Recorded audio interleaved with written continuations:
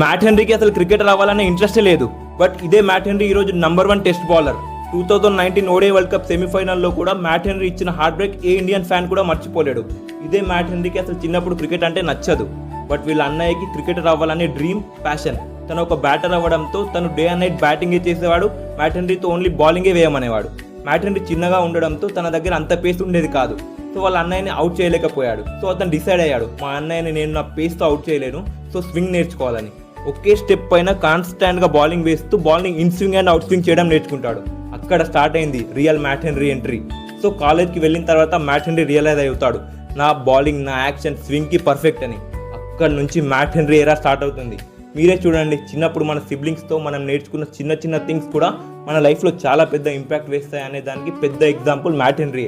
And 2019 ODI world cup semifinal చూసుకున్న Matt Henry తీసిన 3 crucial wickets కూడా ఆ స్క్రంబుల్ స్వింగ్తోనే తీస్తాడు.